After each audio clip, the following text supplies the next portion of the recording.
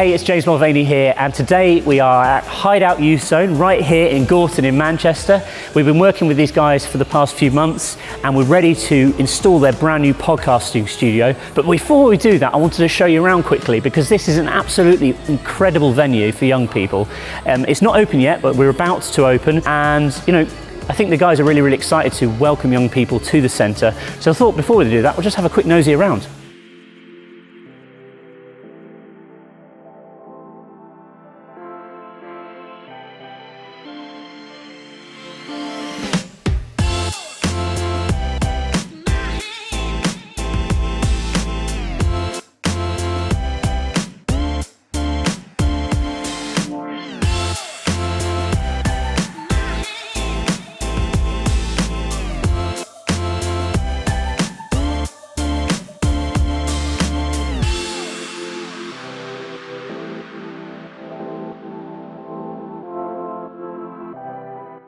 So we're here in the music room in HideOut Youth Zone.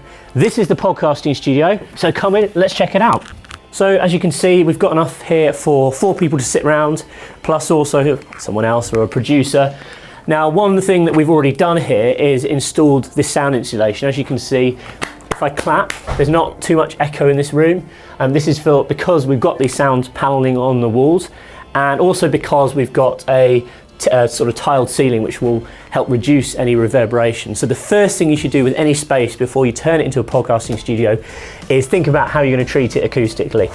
You don't have to go out and spend a fortune on having it professionally done. These foam tiles you can buy quite cheaply online. You just spray glue them to the wall and they work a treat. They really help towards sort of reducing that echoey sound, which you don't want when you're in a podcasting recording session.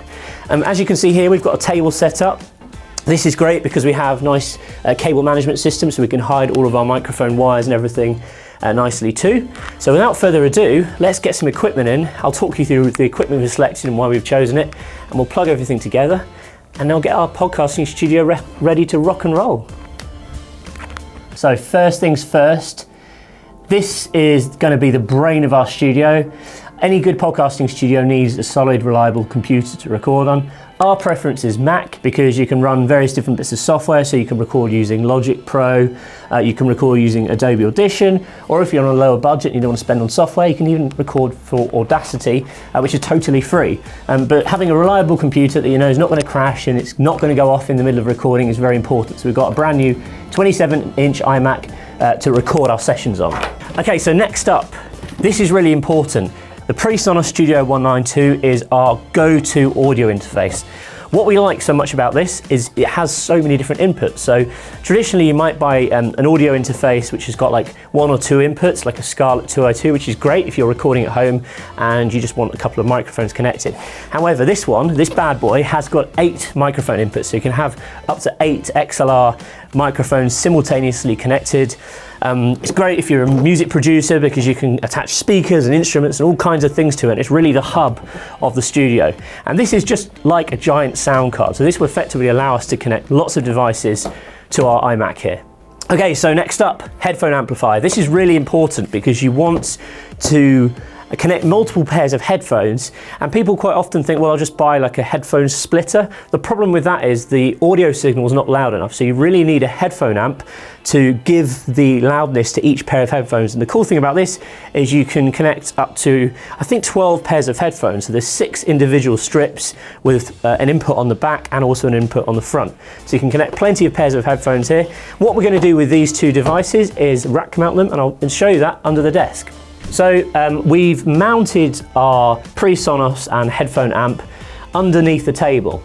Why have we put this under here? Well, it can be accessed quite easily, but generally speaking, once these 2 devices have been configured, you don't want people messing around with the sound too much or the levels, because you'll end up with one microphone too loud or one pair of headphones blasting out. So we've kind of put them under here so they're out of sight, out of mind. Most of the time when people are actually in here recording a podcast, they don't need to concern themselves with these devices. So as I say, we've just mounted them out of the way, again, nice and neatly in a simple wooden rack mount. Our go-to microphone of choice is the Shure SM7B, which is like the Rolls Royce of microphones. This has become the industry standard really for recording podcasts. It's not the cheapest option available. You could perhaps go for Rode pod mics if you're on a limited budget. However, I think these sound absolutely amazing.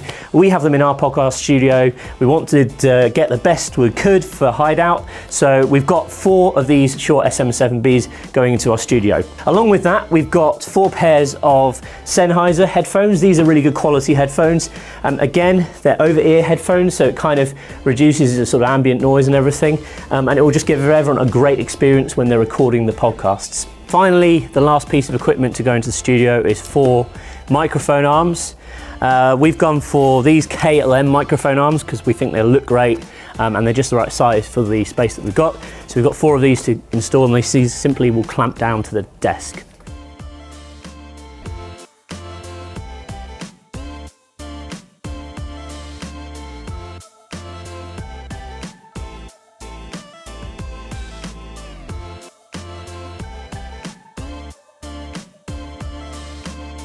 Okay, so as you can see, we've got the podcast studio set up, it's ready to go. Microphones mounted, all ready to use, computer set up.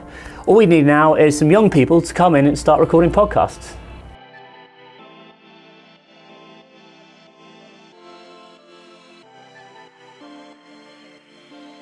My name is David Scott, I'm the Creative Arts Coordinator at HideOut Youth Zone. My job, I'm in charge of the music, multimedia, podcast suite, drama, dance, everything creative, sort of under my umbrella, but we're working with a fantastic team. To be honest, we were unsure what podcasting was going to be like in terms of the general want from the young people, but when we started bringing them into the building, the ideas were just spinning out of them. It was like they want to talk about mental health, obviously with the lockdown that's happened now, they want to talk about how the issues have been affecting them. I think sometimes we overlook young people's having concerns in the community as well, and they want to talk a lot about them issues, and general just being young and what it's like growing up in Gorton and the surrounding areas in 2020. I have limited knowledge when it comes to sort of podcasting. If it's a music studio or a musical instrument, then I'm all right. But when it comes to podcasting, I was at my wit's end. So it's a massive thank you to podcast.co for coming down and setting it up. Hey, wait, before you go, perhaps you're looking to start a podcast for your business.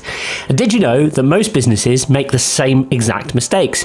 Whenever we work with clients who are struggling to get their podcast off the ground or they're not getting the traction that they deserve, it turns out that most of the time they're making the same mistake. So what I've done is I've compiled a guide which is called the 5-Step Business Podcast Checklist, which will show you exactly what you need to know to get your podcast up and running without making the same mistakes that most other people do. So you can download it for free at jamesm.com/podcast. That's jamesm.com/podcast. Go and grab your copy today.